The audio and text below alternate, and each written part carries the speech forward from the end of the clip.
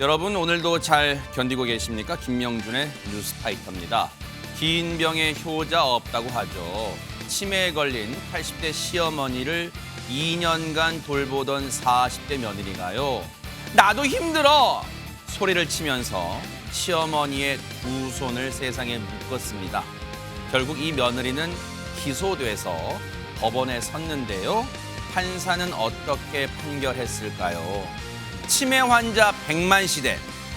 다시 말해보면 치매 환자 돌봄 가족 수백만 명 시대에 많은 걸 생각하게 하는 이 사건 11월 12일 화요일 김명준의 뉴스파이터에서 잠시 뒤에 들여다보도록 하겠습니다.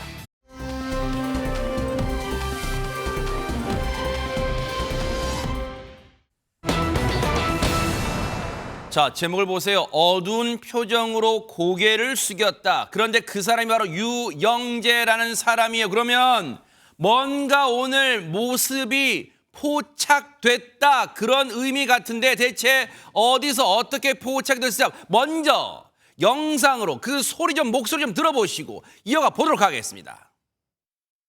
죽어도 끊어지지 않는 성추행이란, 죽어도 지워지지 않을 형벌과 같은 성추행이란 프레임을 유영재에게 씌웠습니다. 내가 이대로 죽는다면 더러운 성추행이 사실로 끝날 것이므로 법적 다툼을 하게 됐습니다.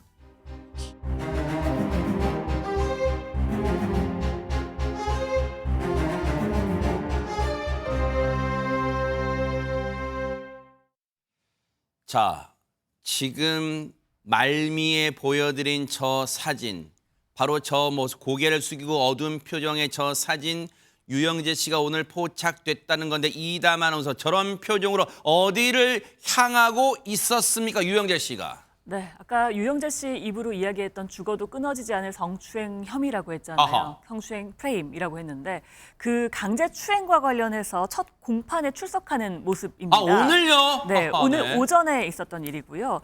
유영재 씨 지난 4월 22일에 선우은숙 친언니로부터 고소를 당하죠. 강제추행 혐의로 고소를 당하게 됩니다. 그리고는 한 나흘 뒤에 극심한 우울증 증세를 호소하면서 정신병원에 입원한 바 있었고요. 어허. 그 이후에요. 경찰 조사 단계에서 이것과 관련해서 혐의를 전면 부인해 왔습니다. 네. 그리고는 성폭력 범죄 처벌 등에 관한 특례법 위반, 그러니까 친족 관계에 의한 강제추행 혐의로 불구속 기소가 됐었고 네. 이와 관련해서 오늘 첫 공판이 열렸고 여기에 출석하는 모습이 지금 보시는 오른쪽 사진입니다. 아, 왼쪽 사진이 말씀해 주신 것처럼 지난 4월에 정신병원에 입원하는 아마 지인이 찍어준 걸로 당시에 이제 보도가 됐어요. 정신병원에 들어가는 모습, 그때가 선운숙 씨 언니를 성추행했다는 그 혐의가 의혹이 당시는 의혹이었죠. 그 의혹이 알려지자마자 며칠 안 돼서 저렇게 정신병원에 입원하는 그 모습이 포착이 됐는데, 그런데 앞서 음성 들으셨죠? 스스로도 이번 사건을 더러운 성추행 그 혐의, 그 의혹이 사실로 끝나지 않게 하려고 기나긴 법적 다툼을 시작하겠다 했는데, 그러면 곰곰이 생각해보니까 전현현 평론가님, 바로 오늘이 그 기나긴 싸움의 시작이라는 거예요. 유영재 씨 입장에서는 뭡니까? 그렇습니다. 첫 공판이니까 첫 재판으로 본격 접어들었다, 이렇게 쉽게 설명을 할 수 있겠는데요. 그런데 유영재 씨 표정을 보면 굉장히 본인으로서는 불만이 가득한 그런 표정을 갖고 있는 것으로 보입니다. 사실 재판에 출석하는 사람들을 보면 굉장히 반성한다 이런 표정이지만 그런 것 같지는 않고요. 네. 실제로 본인의 혐의에 대해서도 계속 부인한 것으로 전해지고 있습니다. 재판 과정에서 유영재 씨 측 법률 대리인도 공소 사실을 부인한다, 즉 인정할 수 없다라는 입장을 일관되게 밝힌 것으로 알려져 있고요. 구체적으로 그렇다면은 공소 사실을 왜 부인하느냐, 그 취지는 다음 재판에서 밝히겠다라고 변호인 측이 다시 한번 덧붙였습니다. 네. 그리고 재판부에서 강제추행한 적이 없는 게 맞냐라고 하니까 유영재 씨가 맞다라고 하는데, 어쨌든 앞으로의 재판 과정에서 빨리 진실이 밝혀져야 될 것으로 보입니다.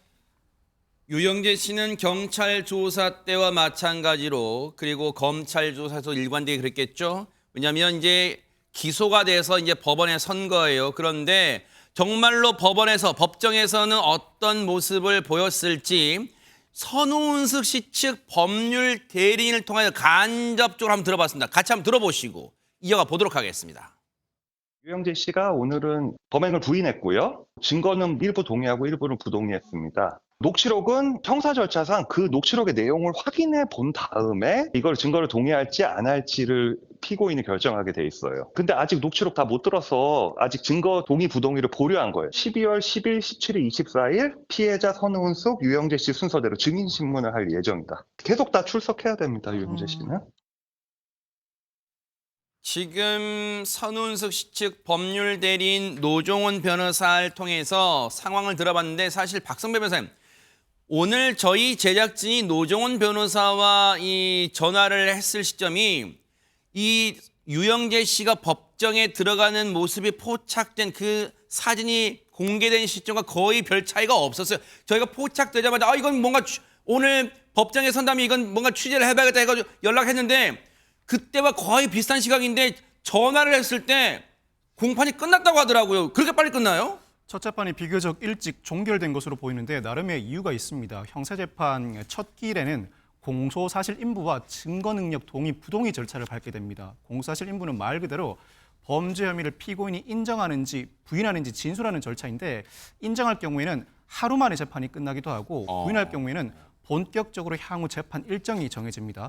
그리고 이어서 증거능력 동의 부동의 절차를 밟게 되는데 그게 무슨 말이에요? 형사재판은 민사재판과 달리 검사가 증거를 판사에게 미리 제출할 수가 없습니다. 검사로부터 증거를 미리 제출받게 되면 판사는 이미 선입견을 가지고 재판에 임하게 되기 때문입니다. 이에 따라서 기소한 이후에 피고인이 변호인이 검찰청에 가서 수사 기록을 전면적으로 모두 열람복사를 해봅니다. 여러 증거들이 있는데 이 중에 동의할 증거와 부동의할 증거를 분류하게 되고 동의하는 증거는 비로소 검사가 판사에게 그 증거를 제출할 수 있습니다. 그렇지만 부동의할 경우에는 검사가 부동의한 증거의 원 진술자를 법정에 불러내야 하는데 예를 들면 수사 과정에서 작성된 피해자에 대한 진술 조서를 피고인의 변호인이 부동의하면 검사는 피해자를 법정에 증인으로 불러내야 합니다. 증인으로 출석한 피해자에게 본인이 진술한 대로 진술 조서가 작성되어 있음을 확인받아야 비로소 검사는 판사에게 증거를 제출할 수 있고 피해자가 출석한 기회에 피고인의 변호인이 반대 신문을 하면서 그 신빙성을 탄핵해 나가는 절차를 밟게 됩니다. 이 녹취록 동의 부동의를 보류했다는 의미는 녹취록을 피고인의 변호인이 제대로 들어보지 못해서 동의할지 부동의할지 결정하지 못했다는 의미이고 만약 피고인의 변호인이 녹취록을 부동의할 경우에는 검사는 원본 증거인 녹음 파일을 제출해야 하고 이 녹음 파일조차 부동의할 경우에는 녹음 자를 불러내야 하는데 이 정도 절차까지 진행되는 경우는 극히 드뭅니다. 이렇게 부동의할 증거가 상당히 많거나 동의 부동의를 첫 기일에 모두 다 결정하지 못할 경우에는 재판부가 사건이 늘어질 수 있으니 그대로 내버려 두는 것이 아니라 다음 절차 기일은 어느 정도 정해두게 되는데 증거 동의 부동의가 모두 마무리되지 않았지만 다음 기일인 12월 10일에 피해자 증인 신문은 예정해 둔 상태입니다. 근데 이 대목에서 이제 박주희 변호사님 이게 궁금한 게요. 선우은숙 씨 측 법률 대리인을 그때 뉴스파이터가 쭉 들어보면 유영재 씨가 당시 이 일로 당시 직접적인 피해자인 선우은숙 씨 언니와 친언니와의 전화 통화에서는 이 자신의 행위, 즉 혐의 사실을 모두 인정하고 사과까지 했다고 그렇게 저희는 들었는데 왜 수사 과정이나 법정에서는 공소 사실을 다 부인하고 있는 거예요? 아니 그러면 이거 녹음 파일을 쉽게 말하면 들어보면 거기에는 사과했다는 내용 다 나올 텐데 왜 부인하고 있는 걸까요? 일단 지금 박성배 변호사님께서 잘 설명해 주시긴 했는데요. 부가 설명을 좀 드리면요. 수사 절차에서는요. 이제 고소인이 고소를 하면서 본인한테 유리한 증거를 제출하겠죠. 그게 선우은숙 측은 아마 녹취록일 거예요. 그런데 이 수사 과정에서는 이 피고소인, 고소가 당한 사람 같은 경우는 고소인이 제출한 증거를 볼 수가 없습니다. 어떤 증거가 제출된지 모르는 거죠. 근데 지금 이 선우은숙 측 이 법률 대리인에 따르면 그 해당 녹취록에는 20분간 동안 이 선우은숙 씨 언니와 이런 사실에 대해서 얘기를 했고 말씀하신 것처럼 유영재 씨가 사과를 했다는 내용이 있다라고 해요. 하지만 이제 이 녹취록이 어느 수위에서 이 녹음이 되었고 어느 정황에서 녹음이 되었는지 아직 모르는 상황, 변호사 같은 경우는 모르는 상황이기 때문에 이게 기소가 되어 되어야지만 검찰이 가지고 있는 수사 기록에 대해서 열람 등사를 신청을 할 수가 있는 거거든요. 그래서 당시 녹취록은 있지만 지금 유영재 씨 측은 정확하게 들어보지 못했기 때문에 이게 지금 부인을 할 수 있는 상황인 건지 아니면은 이 부분에 대해서 들어보고 이거는 더 이상 혐의에 대해서 부인할 수 없는다. 이거는 기소에 대해서 동의를 해야 된다. 이런 판단이 아직 안 선 것 같습니다. 네. 말씀해 주신 것처럼 오늘 첫 공판 때는 비교적 간단한 것만 물어보기 때문에 공판 시간도 비교적 얼마 걸리지 않아서 일찍 끝났다는 거. 그런데 지금 박성배 변호사님 설명처럼 12월부터 다음 달부터는 이제 본격적으로 정해진 절차가 시작될 것이다. 그중에 제일 중요한 게 피해자, 즉 선운숙 씨 언니가 피해자잖아요. 이번 사건에. 그 피해자를 상대로 직접적인 증인, 이 피해자 신문도 있을 것이다. 그러면 혹시 박주민 변호사님 이 과정에서 유영재 씨와 피해자인 그 선웅수 씨 언니가 같은 법정에서 대면, 즉 마주보게 될 가능성도 있습니까? 원칙은 재판이라는 거는 공개된 재판에서 대면을 해서 아마 진행하는 게 원칙입니다. 하지만 성범죄 사건 같은 경우는 성범죄 피해자가 만약에 피고인이 있는 자리에서 진술을 하는 게 굉장히 심리적인 위축이 될 수가 있겠죠. 그리고 2차 피해도 발생할 수 있고요. 그렇기 때문에 법에 따르면요. 성범죄 피해자 같은 경우는 비대면 하면서 증인을 그러니까 신문할 수 있도록 걸 신청을 할 수가 있습니다. 그래서 꼭 법정에서 이 증인 신문을 하지 않을 수도 있고요. 법정 밖에서, 그러니까 다른 뭔가 심리적으로 안정될 수 있는 장소에서 증인 신문도 충분히 가능하고요. 피고인이 없는 자리에서 신문하는 것도 가능합니다. 그래서 이런 피해자들의 심리적인 안정과 보호를 위해서 이 법에 따르면은 이런 부분에서 비대면 할 수 있는 부분이 있기 때문에 아마 선우은 씨나 아니면 그 언니는 아마 이 부분에 대해서 비대면 신문을 아마 신청을 할 것 같습니다. 근데 우리가 이제 말씀을 나눈 사이에 우리 최진영 변호사님도 합류를 하셨는데 최진영 변호사님께 궁금한 게 있어요. 자, 물론 대한민국은 무죄 추정의 원칙이 적용되기 때문에 아직 재판 결과가 나오지 않은 상황에서 유영재 씨가 혐의가 단정적으로 있다 없다는 말하기는 지금 무리일 거예요. 그렇다면 보세요. 유영재 씨 입장에서 생각해 보면 자신이 지금 보세요. 성추행이란 더러운 프레임에 씌워져 있다고 늘 그 음성에서 얘기를 했잖아요. 그러면 유영재 씨 입장에서는 자신이 무죄 또는 결백함을 입증할 만한 반전 카드, 뭐 결정적인 거 그런 게 지금 쥐고 있다는 걸까요? 좀 어떻게 우리가 해석해 볼 수 있는 거예요, 이 상황을? 기본적으로 유죄의 입증 책임은 검찰에 있습니다. 그렇기 때문에 박 변호사님 두 분이 말씀하신 것처럼 이제 그 유영재 씨 같은 경우에는 본인이 무죄란 것을 카드를 낼 수도 있고 그것보다는 피해자인 이 그 선운식 씨의 누님 언니에 대한 진술을 탄핵하는 것이죠. 그래서 이번에도 보면은 그 노정원 변호사가 다음 기일에 이 피해자 그리고 피해자의 여동생인 선운숙 씨 그리고 이후에 이 유영재 씨 본인에 대한 피고인 신문을 한다라고 했다는 것은 뭐냐면은 고소인과 그 참고인이라고 할 수 있는 증인의 조서를 부동일하는 거예요. 그러니까 이제 검찰 같은 경우에는 피해자, 진술자를 불러가지고 조서를 제시하면서 이거 검사님, 경찰님 앞에서 제대로 진술한 거 맞고 그 내용도 확실한 거 맞습니까? 이걸 먼저 확인하거든요. 그 과정에서 박 변호사님 말씀하신 것처럼 증인 보호 프로그램이 있습니다. 성범죄 같은 경우에 내가 가해자 앞에서 증언하기 어렵다라고 하면 어떻게 하냐면은 재판장님은 증인을 봐야 되기 때문에 증인 자리에 앉는데 피고인, 지금 미루어 짐작컨대 지금 그 유영재 씨 같은 경우에는 보통 구속 그 피고인이 대기하는 장소에 이어폰을 끼고 안 보이는 장소에서 들어가서 이 진술하는 것을 듣습니다. 네. 그랬다가 본인이 이제 반대 신문할 때 본인이 변호인을 통해서 묻고 싶은 거를 질문하는 그런 식으로 실무적으로 하거든요. 그때는 이거 뭐 헤드폰 그렇죠. 벗고, 그래서 이제 본인 어떤 증인이 서로 마주하지 않도록 하는 그런 증인 보호 프로그램을 하는데 아마 다음 기일에는 지금 제일 먼저 그 검찰이 법원이 그 증인 채택한 것이 피해자인 선운숙 씨 친언니가 될 겁니다. 네. 그렇기 때문에 다음 기일 말씀드린 것처럼 대면하지 아니한 상태에서 아마 유영재 씨는 격리된 장소에서 이어폰 끼고 아마 증인 신문 사항을 네. 듣고 재판장님은 직접 보시면서 묻고 싶은 것도 묻는 그런 절차로 진행될 가능성이 높습니다. 앞서 말씀드린 것처럼 무죄 추정의 원칙은 적용돼야 될 거예요. 이번 사건에서. 그렇기 때문에 뉴스파이터도 어느 쪽으로 미리 재단하지 않고 이 재판 과정 눈 부릅뜨고 끝까지 따라붙어 보도록 하겠습니다.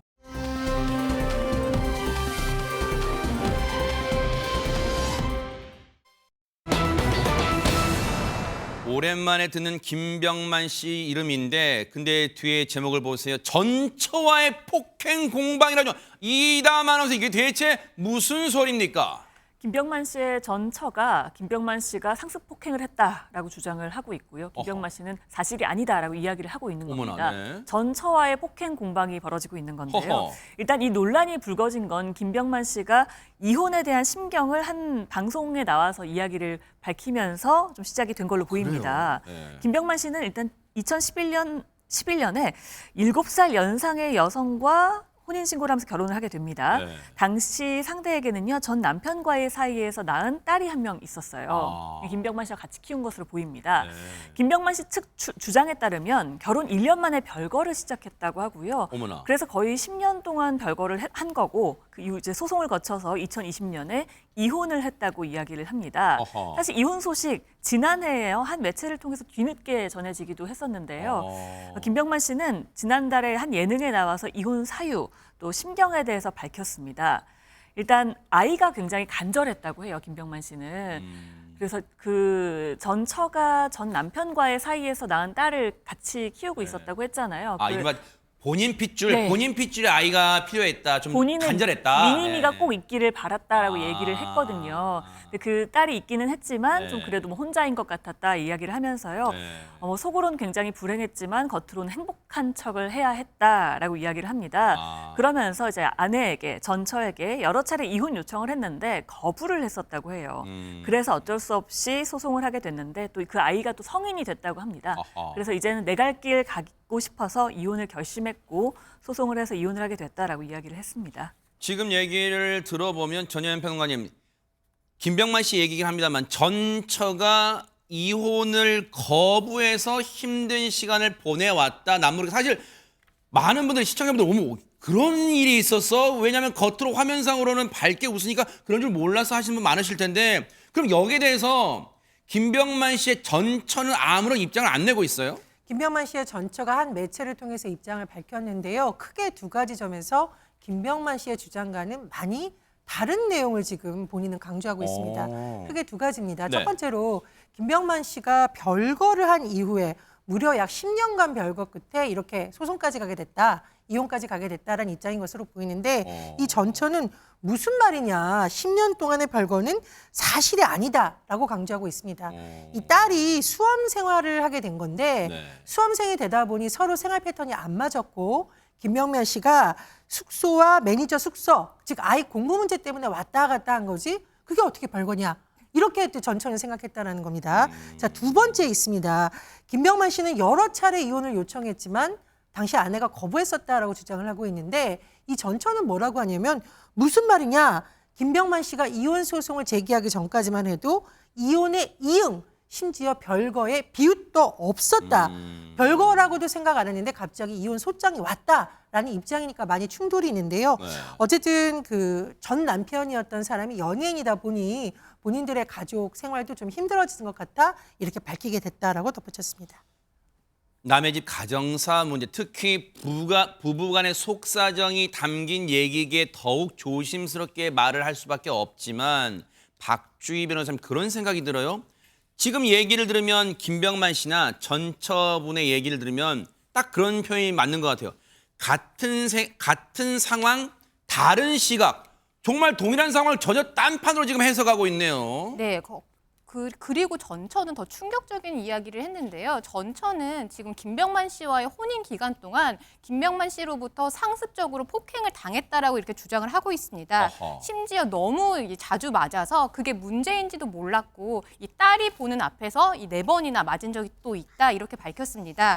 그리고 이제 김병만 씨 같은 경우는 잘해줄 때는 뭐 공주나 왕비처럼 굉장히 잘해주는데 아닐 때는 이 상습적으로 때리기도 했다라고 주장을 했습니다. 그래서 결국 김병만 씨를 씨를 이제 상습 폭행, 가정 폭력으로 고소를 했다라고 하고요. 네. 그런데 지금 결론에 대해서는 이제 김병만 씨 전처와 이 김병만 씨 측의 지금 입장이 조금 다르기는 한데요. 그래요? 네. 지금 전처의 입장은 경찰은 지난 7월 24일에 이 김병만 씨를 폭행 혐의로 검찰에 송치했다 이렇게 주장을 하고 있습니다. 네. 그리고 검찰은 지금 현재 이 사건을 넘겨받아서 수사 중인데 아직 기소와 불기소는 결정하지 못했다 이렇게 밝혔습니다. 네.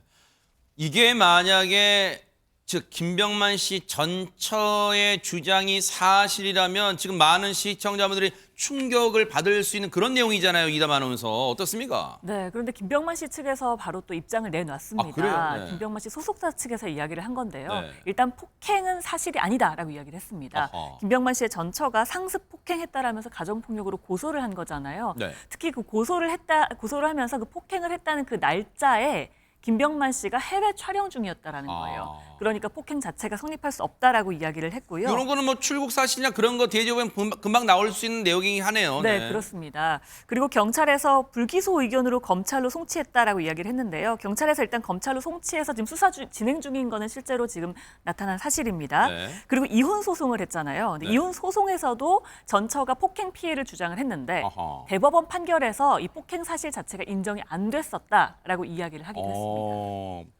아니 근데 최진영 변호사님, 근데 앞서 그 전처분의 주장에 따르면 여러 차례 이제 상습이란 말이 이제 붙었고 상습 폭행이 있었고 그 중에 4차례는 자신의 딸이 보는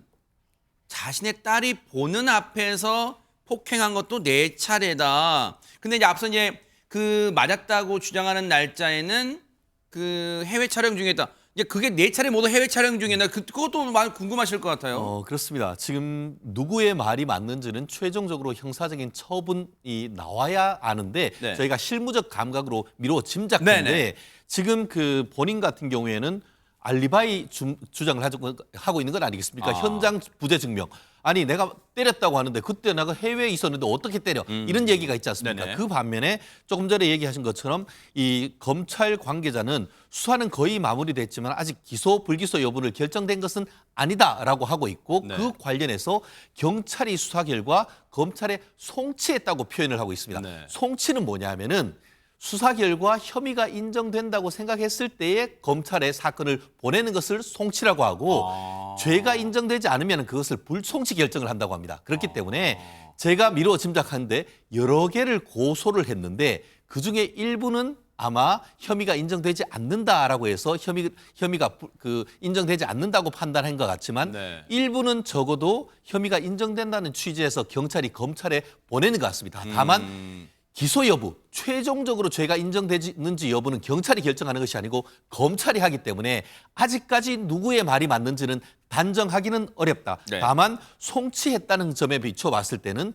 경찰은 일부 아까 얘기한 것처럼 피해자뿐만 아니고 피해자 딸, 그러니까 입양에는 딸이 있는 입 앞에서 지금 했다고 하니까 아마 목격자도 있고 아마 그 맞았다고 하는 그 여러 가지 병원의 진단서 같은 것도 있다고 하면은 사실 경찰 입장에서는 기소 의견으로 보내지 않을 수 없는 그런 상황일 텐데 다만 또 한 가지 확인이 또 어려운 거는 대법원 판결 아마 이혼까지 가면서 대법원 판결에 그것을 다퉜던 것 같은데 거기서는 또 폭행 사실 인정되지 않았다라고 하니까 현재 지금 언론 보도는 양쪽 말이 너무나 지금 다른 상황이기 때문에 최종적으로 검찰이 기소 여부를 결정해 봐야 이 폭행이 있었는지 여부는 알 수 있다는 겁니다. 박성배 변호사님, 지금 남의 집 가정사긴 합니다. 그래 조심스러워요. 그런데 자, 이게 그냥 이혼, 이 부부 간의 감정 차이, 뭐 성격 차이로 이혼하는 그런 차원의 문제가 아니라 지금 폭행, 상습 폭행이 문제가 됐고 그게 이 기저에 깔려 있는 그게 지금 이혼 과정에 포함되어 있단 말이에요. 그러면 보세요. 물론 그 전처 소생의 그 딸, 김병만 씨의 딸이기도 합니다만 전처 소생의 딸이 이제는 성인이 됐다는 얘기예요. 그러면 이 다툼, 이 상습 폭행 부분을 수사하는 과정, 경찰이 수사하는 과정에서 그 딸의 어떤 입장, 딸의 목격담, 정말로 아빠인 김병만 씨가 엄마를 폭행한 걸 본 적이 있나 이런 걸 다 물어봤겠죠. 그런 거 다 포함됐을까요? 어떻습니까? 고소 자체가 올해 이루어진 것으로 보여서 이때는 이미 그 딸이 성인입니다. 네. 성인을 상대로 충분히 조사를 할 수 있습니다. 아하.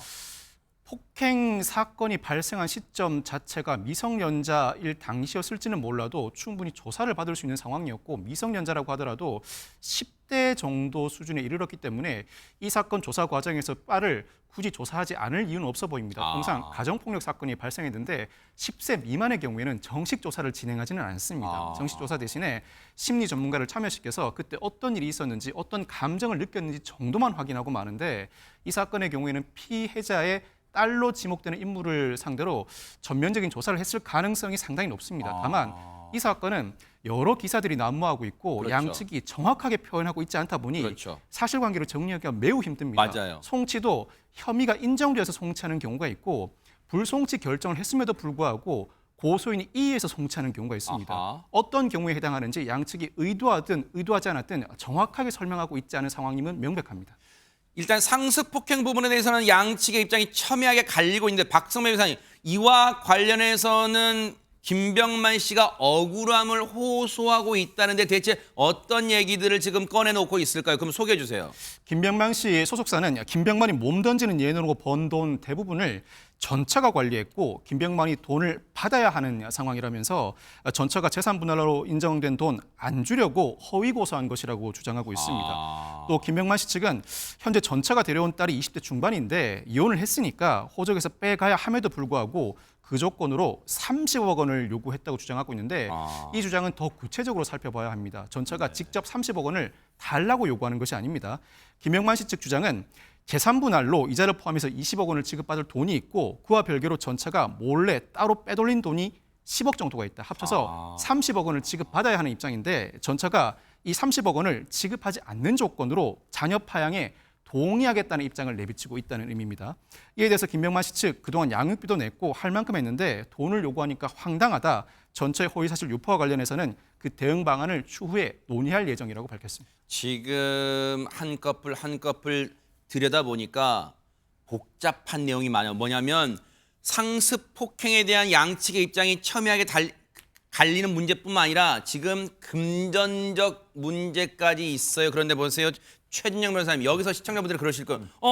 두 사람 이미 오래전에 한 10년 전에 별거 상태였고 지금 이혼도 된 상태라는데 지금 그 전처 소생의 딸이 김병만 씨의 그 호적에 아직도 올라가 있어? 궁금하실 것 같아요. 그렇습니다. 원래 아까 얘기하신 것처럼 김병만 씨가 벌써 아이가 있는 그 부인과 전처와 결혼을 했을 때는 그 자체로서는 사실은 가족관계 증명서에 같이 있어도 그냥 동거인이만 될 뿐이지 네. 아무런 그 어떤 친족 관계가 없습니다. 그런데 지금 그 파양 얘기가 나오는 건 뭐냐 하면은 전처와 결혼을 하면서 전처 소생인 이 딸을 쉽게 말하면 호적에 넣는 입양을 한 것으로 보입니다.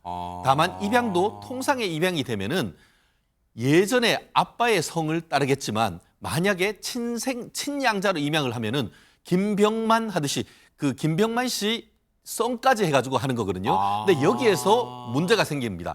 다시 이혼을 했다. 그런데 이혼을 하면 더 이상 그 나중에 김병만 씨가 나중에 이제 뭐 몇십 년 전에 이건 사망한다 하더라도 전처와는 아무런 상속 관계가 없죠. 그런데 입양한 상태에서 김병만 씨가 돌아가신다고 하면은 미래에 네. 그러면은 그 재산을 이 아이한테 돈을 상속을 해줘야 되는 그런 문제가 있는 겁니다. 그러니까 지금 김병만 씨 같은 경우에는 전처와 이혼한 것을 더불어서 이거 아이 당신이 우리 그 호적에서 빼가세요 하는 파양을 하려고 하니까 그 과정에서 나 30억 안 주면은 그거 못 해줘 이렇게 됐다는 거예요. 물론 주장이긴 합니다만. 그렇죠. 네. 지금 아하. 우리 법률적으로는 그렇기 때문에 네. 과연 이와 같은 상황 속에서 성인인데 입양했다가 파양하는 사유가 되는지 이 부분도 아마 앞으로 어떤 두 분 사이에 별도의 어떤 파양 관련되는 소송이 이루어질 가능성이 높지 않을까 봅니다. 야, 이게 지금 한꺼풀씩 공개될 때마다 두 사람 사이에 복잡한 지금 셈법이 깔려 있다고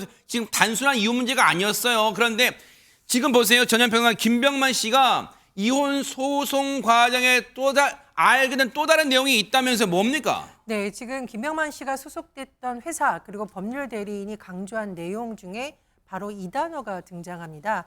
생명보험인데요.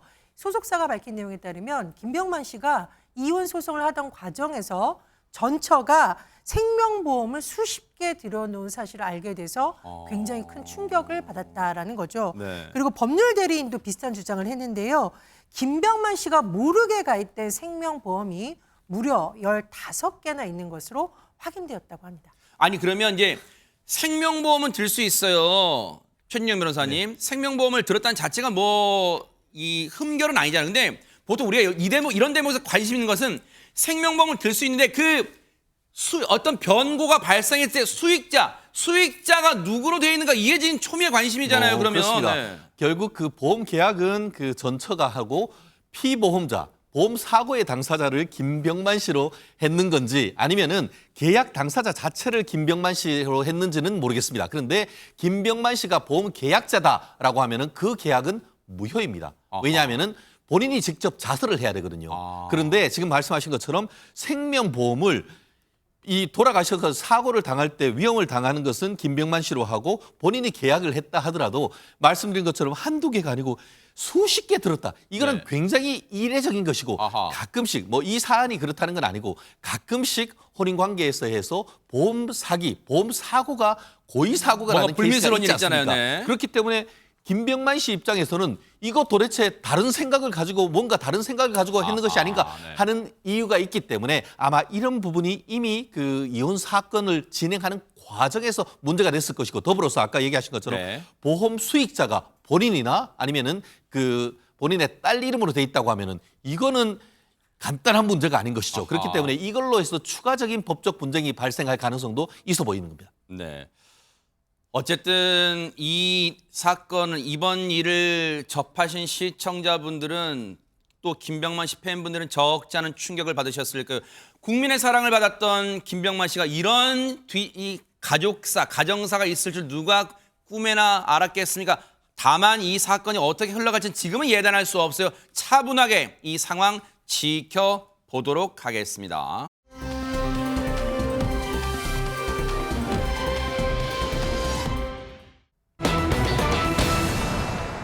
자, 분위기 바꿔볼게요.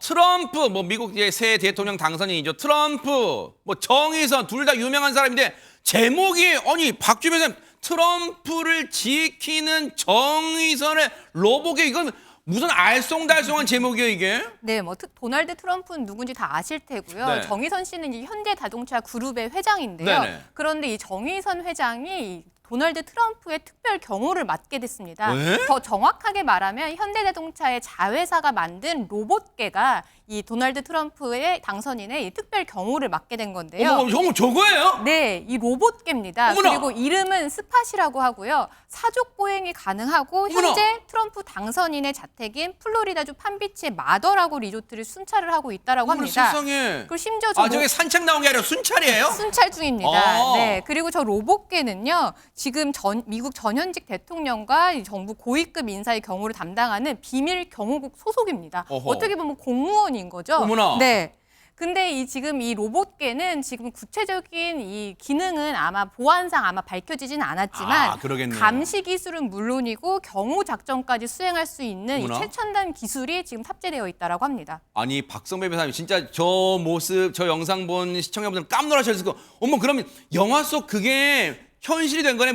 영화에 보면 저런 로봇계가 물론 저 기능이 있는지 없는지 단언할 수는 없지만 로봇계 등에서 뭐가 슝슝 나가고 그러잖아요, 진짜. 지난 2022년에 미국 라스베가스에서 열린 그 국제 전자제품 박람회에 정의선 현대차 그룹 회장이 이 스팟과 함께 단상에 올랐습니다. 저 모습이에요. 어머. 그렇습니다. 이 자리에서 정 회장이 단언하기를 매일 휴대전화를 들고 다니는 것처럼 언젠가 스팟을 데리고 다닐 것이라고 발언했는데 오호. 정 회장 말대로 이 로봇계 인간을 대신해서 다양한 업무를 수행할 수 있습니다. 이야. 예를 들면 고온, 혹한 등 극한의 상황이나 이 자연재해, 방사능 오염 지역 등 인간이 접근하기 힘든 곳에서도 임무 수행을 충분히 수행해낼 수 있고 세상에. 시야가 제한되는 야간 시간대에 투입되면 더 유용하겠죠.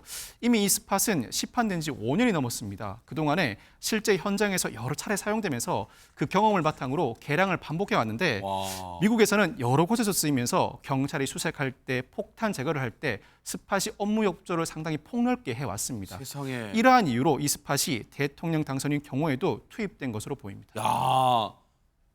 진짜 로봇이 진화했어요. 스팟이라는 로봇 보니까 관절이 자유자재로 움직이고 높낮이도 진짜 막 변화무쌍하고요. 그리고 방향 전환도 정말 자연스러워요. 예전에 로봇은 이렇게 이렇게 가잖아요. 방향 전환도. 근데 정말 자연스러운데 지금 미국의 비밀 경호 소속으로 지금 경호를 담당한다는 게 정말 대단합니다.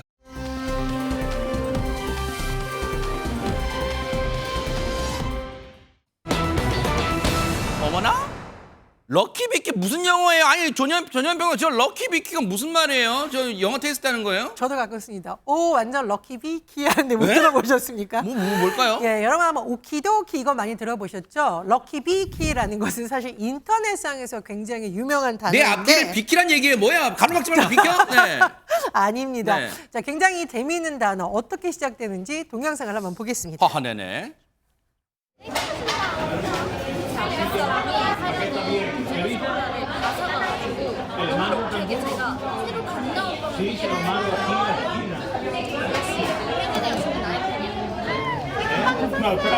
너무 신난다. 제가 진짜 먹고 싶었는데 스페인에서도 빵을 맛있는 빵 하나 먹었어요. 너무 행복하네요. 일단 저분은 매우 귀엽고 깜찍하고 큐트하고 아름다운데 저분이 일단 누군지 설명 좀 해주세요. 이담 아나운서. 김명준 앵커가 많이 좋아하시나 봅니다. 네, 귀엽고 예쁘고 네, 네, 여러 가지 수식어 다 아는 수식어 다 그쵸. 했어요. 네네. 그룹 아이브의 멤버 장원영 씨인데요. 아. 우리가 보통 이제 이 럭키비키를 설명하려면요, 또 이 얘기를 해야 됩니다. 보통 물컵에 물 반 정도 남았을 때 네. 물이 반밖에 안 남았잖아 하기보다는 물이 반이나 남았구나라고 생각하라는 긍정적 사고를 하라고 얘기를 많이 하잖아요. 그렇죠. 근데 원형적 사고라는 게 있습니다. 에? 긍정적 사고 아니고 원형적 사고라는 게 있는데 어허. 이 장원영 씨가 예전에 이런 글을 하나 올렸다고 뭘까요? 해요. 물을 연습 끝나고 이제 물을 마시려고 물을 봤는데 물통에 물을 다 먹기엔 물이 너무 많고 덜 먹기엔 너무 적었는데 글쎄 물이 딱 반 정도 남았잖아. 완전 럭키 비키잖아라고 했다는 거예요. 네. 그러니까 이게 무슨 뜻인지 좀 어려우신 분들도 있을 것 같은데요. 네. 그러니까 럭키 행운이란 뜻이잖아요. 아하. 비키는 이제 장원영 씨의 영어 이름인 빅토리아의 이제 애칭이래요. 그래서 럭키 비키잖아라고 하면서요. 아. 긍정적 사고를 넘은 정말 초긍정적 원형적 사고라고 해서 아하. 많은 분들이 이야기를 합니다. 그러니까 본인한테 일어나는 일을 결론적으로는 굉장히 긍정적인 결과로 작용할 것이다라고 믿고 그렇게 생각하는 그런 사고인데요. 네. 뭐 예를 들어서 지금 막 텔레비전을 켜신 분들 네. 뉴스파이터 지금 40분 놓쳤지만 아하. 그렇게 생각하지 마시고 20분이나 남았잖아. 완전 아. 럭키 비키잖아. 그럴 때, 그럴 때 써요, 럭키 할 수 비키를. 있는 거죠. 아하. 근데 이게요, 뭐 온라인 커뮤니티나 SNS 모든 굉장히 많은 사람들이 쓰고 있거든요. 네. 심지어 정치인들 사이에서 굉장히 인기를 끄는 유행어입니다. 아니 박주희 변호사님 혹시 저 표현 들어보시거나 써보셨어요? 럭키비키? MZ들 사이에서는 굉장히 많이 씁니다. 진짜요? 그러니까 긍정적인 걸 넘어서 플러스 알파가 있을 때, 그러니까 뭐 뉴스파이터를 보면서 뉴스도 알게 되고 김명준 앵커 얼굴까지 보면 이건 럭키비키잖아. 네. 이런 표현을 쓸 때 아, 쓰는 단어입니다. 럭키비키. 그런데 이제 사람들이 럭키비키라고 하는 거는 워낙 장원영 씨의 유행어다 보니까 장원영 씨의 트레이드 마크가 됐습니다. 그런데 이 국내 한 유명 이 아이스크림 업체가 네. 최근에 신제품을 출시를 했는데 이 장원영 씨의 이 유행어 럭키비키를 따서 이 네. 럭키비키 모찌라는 걸 출시를 했습니다. 아. 곧 있으면 이제 수능이 앞두고 있잖아요. 네. 그러다 보니까 이제 행운을 수험생들에게 주겠다는 의미로 이 럭키 하트 찹쌀떡 네 개를 모아서 네. 이 네이비클로버 모양을 만들었는데 워낙 럭키비키라는 말이 이 장원영 씨의 트레이드 마크가 되다 보니까 이 네티즌들이 화가 났습니다. 이 상도덕에 어긋난 거 아니냐. 이 장원영 씨에게 이 럭키비키라는 말을 쓰는 거에 대해서 양해를 구해야지 양해도 구하지 않고 이런 거를 이 상표에 쓰는 거는 상도덕에 어긋난다라고 하면서 비판을 하고 있습니다. 아니 럭키비 솔직히 진짜 정말 죄송한 일인데 최진영 변호사님 저 럭키비키 오늘 이 아이템 회의할 때 처음 들었어요. 럭키비키 죄송합니다. 정말 죄송합니다. 아니 근데 이게 유행어인지 처음 알았는데 근데 이 유행어를 상표로 쓴다고 이것도 저기 상도덕이 어긋난 거예요 이거 지금?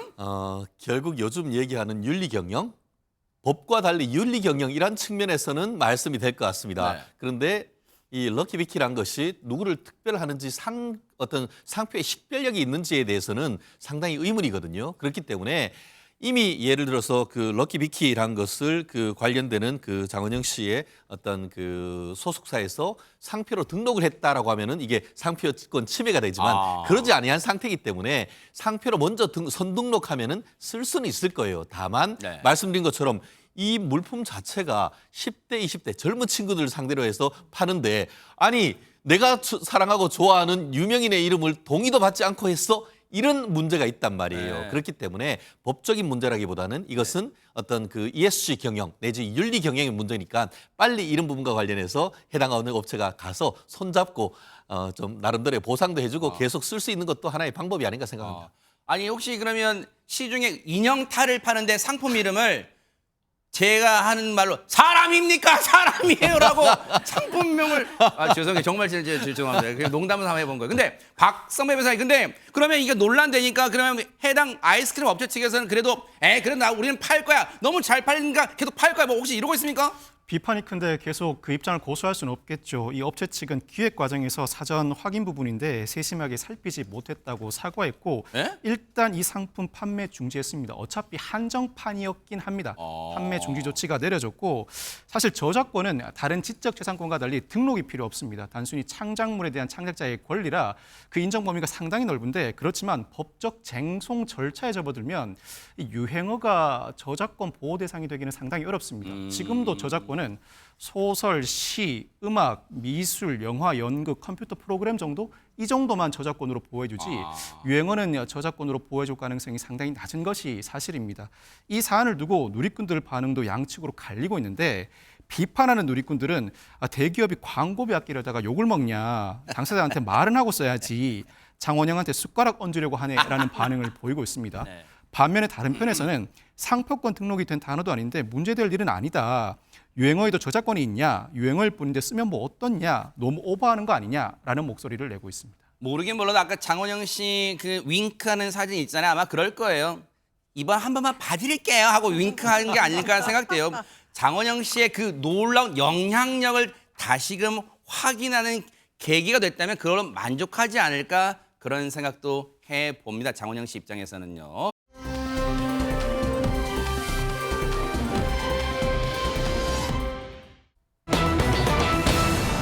어머나 세상에 보세요. 제목 보세요. 시어머니의 두 손을 묶은 며느리. 보통 우리가 그런 표현은 가끔 하잖아요. 나 지금 두 손 두 발 다 묶였어. 뭔가 잘 못할 때 뭐 비유적으로 쓰는 그런 표현인가요? 이담 아나운서 어떻습니까? 그런 줄 알았는데요. 정말로 시어머니의 두 손목을 묶었다고 합니다. 어머나. 그런 일이 있었는데요. 이게 인천에 사는 한 40대 여성이요. 2년 동안 치매에 걸린 80대 시어머니를 모셨다고 해요. 어머나. 그런데 긴 병에 효자 없다는 말 바로 여기서 나오는 것 같습니다. 일단 지난해 5월 7일 인천 자택에서요. 이 시어머니가 여성, 이 며느리죠. 40대 네. 며느리 얼굴을 계속 만지니까 이 며느리가 그만 좀 하시라고 나도 힘들다라면서 소리를 지릅니다. 아유. 홧김에 시어머니의 두 손목을 여러 번 결박을 했다고 어머나 합니다. 세상에. 검찰이 결국 이 여성을 노인복지법 위반 혐의로 기소를 하게 됩니다. 물론 당시 상황이 찍힌 뭐 CCTV 등 영상이 없어서 저희가 어떤 상황이었다고 단정할 수는 없지만 여기에 일단은 나와 있는 내용으로는 박주희 변호사님 그 시어머니가 치매에 걸리신 시어머니가 며느리 얼굴을 때린 게 아니라 계속 만졌다는 거 아니에요? 근데 그게 그렇게 싫었어요, 진짜 세상에? 아마 2년 동안 이제 치매 감노를 하면서 아마 이 며느리도 많이 지쳤던 것 같습니다. 그런데 그렇다고 해서 이 손을 결박한 거는 사실은 죄에 대해서는 누구도 이거에 대해서는 사실은 편을 들 수가 없겠죠. 용납될 수 없겠죠. 그래서 이제 노인복지법 위반으로 결국에는 이제 처벌을 받은 건데요. 사실 우리나라에는요, 특별히 보호해야 되는 이 특별한 사회적 약자를 위한 법이 따로 있습니다. 그래서 뭐 아동을 위한 아동복지법이 있고 장애인을 위한 장애인복지법이 있고요. 노인들을 위한 노인복지법이 있는 건데요. 그래요? 그래서 이 노인복지법에 따르면 노인에게 욕설을 하든지 해서 정서적 학대를 하거나 아니면 신체적인 폭력을 하거나 아니면 노인에게 성희롱이나 성폭력을 했을 때는 다른 법률에서 형법에서 정하는 것보다 훨씬 더 가중 처벌을 합니다. 이 며느리 같은 경우는 사실은 이 시어머니를 폭행했을 때는 사실은 형법상 존속폭행죄가 해당이 되는데 이 존속폭행죄보다 노인복지법에서 처벌하는 처벌 수위가 훨씬 더 높습니다. 5년 이하의 징역 5천만 원 이하의 벌금에 처해지는데 결국엔 벌금형에 이제 처해지게 된 거니까 사실은 아무리 힘들다고 하더라도 본인의 이제 죄에 대해서는 책임을 져야겠죠. 결국은 노인복지법 위반 혐의로 기소 재판에 넘겨진 거예요. 법원의 판단이 궁금해집니다. 박성배 변호사님. 이 법원은 피고인은 나이가 많은 피해자를 결박하는 방식으로 폭행했다. 죄질이 좋지 않다고 판시합니다. 그러면서도 피고인이 범행을 인정하면서 반성하고 있고 피해자의 병간호를 도맡아 하다가 우발적으로 범행한 점 등을 고려했다면서 벌금 600만 원을 선고했습니다. 아하. 물론 벌금 600만 원 선고될 정도로 이 며느리분의 행동은 정말 잘못된 행동이에요. 분명한 거예요. 그런데 최준영 변호사님 혹시 방송 보시는 분들 중에 치매 환자를 가족으로 두신 분들 중에는 혹시 저한테 이러실 수도 있어요. 네가 치매 환자를 간병해봤냐? 간병해보지 않고 어떻게 그 어려움, 그 힘든 점을 감히 네가 평가할 수 있어? 이렇게 하실 수도 있을 것 같아요. 그렇습니다. 좀 전에 박 변호사님 말씀하신 것처럼 법에도 눈물이 있다라는 것을 저는 이 판결에서 조금 읽을 수 있었는데요. 말씀드린 것처럼 5년 이하의 징역, 5천만 원 이하의 벌금이라고 하면은 통상 1,000만 원도 훨씬 넘거나 아니면 징역형의 집행유예를 할 수도 있는데 네. 말씀드린 것처럼 긴병의 효자 있기 현실적으로 어렵거든요. 그렇죠, 네. 이것 같은 경우에도 또 장기간 간병을 하다 보면 심리적으로 굉장히 피로하단 말이에요.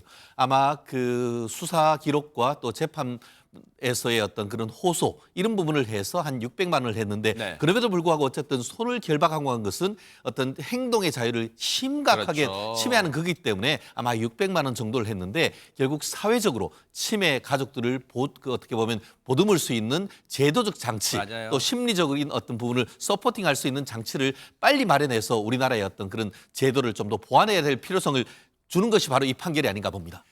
치매 문제는요. 이제는 국가가 개인의 가정의 문제가 아니에요. 이제는 국가가 나서야 할 때라는 거 명심했으면 좋겠습니다. 국가가요.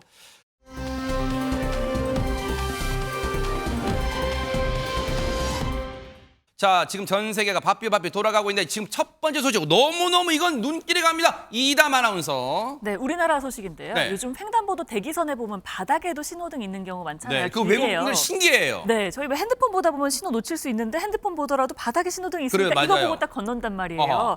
그런데 혹시 이 바닥 신호등에 좀 오류가 있을 수 있다는 네? 얘기도 혹시 들어보셨습니까? 설마요. 신호등이 오류가 있으면 안 되는데 바로 이 사진이요. 뭐예요, 이게? 경기도의회가 경기도 건설국 상대로 실시한 행정사무감사에서 나온 사진인데 바닥 신호등은 초록이죠. 그런데 저 신호등은 빨간불입니다. 저 진짜네요. 저러면 안 되는 거잖아요. 세상에. 그러니까 바닥 LED와 신호등 불빛이 일치하지 않는 오류가요. 심지어 빈번하다라는 지적이 들어오고 있다고 해요. 어머나 세상에. 아니 그럼 보세요. 지금 이 사진의 상황이라면 최준영 변호사님 정말 물론 그런 건 바람직하지 않지만 신호등 이 횡단보도 앞에 대기하고 있던 많은 분들이 보통 이른바 스몬비라 그러잖아요. 휴대폰 보고 있다가 바닥 신호등 파란불 이제 건너가자 하면 지금 저 보행자 쓰는 거 빨간불이에요. 그러면 차들 입장에서는 그냥 가도 되는 파란불이기 때문에 사고 날 수 있겠네요, 진짜. 그렇습니다. 사실 외국 사람들이 이와 같은 바닥 신호등을 보고 대한민국이 선진국이다라고 하는 대표적인 케이스 중에 하나인데 문제는 그렇게 설치를 해놓고 관리가 아직 제대로 안 되고 있다는 거죠. 아하. 특별히 많은 사람들이 밟고 지나가다 보니까 이게 색깔이 가끔씩 이렇게 그 변색되거나 다른 어떤 고장 난 가능성이 있다는 것을 이번 감사를 통해서 드러났기 때문에 아하. 향후에 설치한 건설국과 이 경찰이 서로 협력을 해야 되는 부분이기 때문에 네. 이번 정말 이 지방의회든 국회의원든 이런 걸 하라고 있는 것 아니겠습니까? 네. 어떻게 보면 나라가 어떻게 제대로 이 감사를 하고 이런 부분을 빨리빨리 고쳐나가는 것 아주 좋은 소식인 것 같습니다. 오히려. 바닥 신호등은 여러분 아신 것처럼 이 바닥에 하중이 가해진 걸로 이 구별을 하는데 그게 이제 오류가 난 거예요. 그러니까 어쨌든 이건 오류 났다고 빈손으로 있을 수는 없잖아요. 반드시 대책 마련해 주시길 바라겠습니다.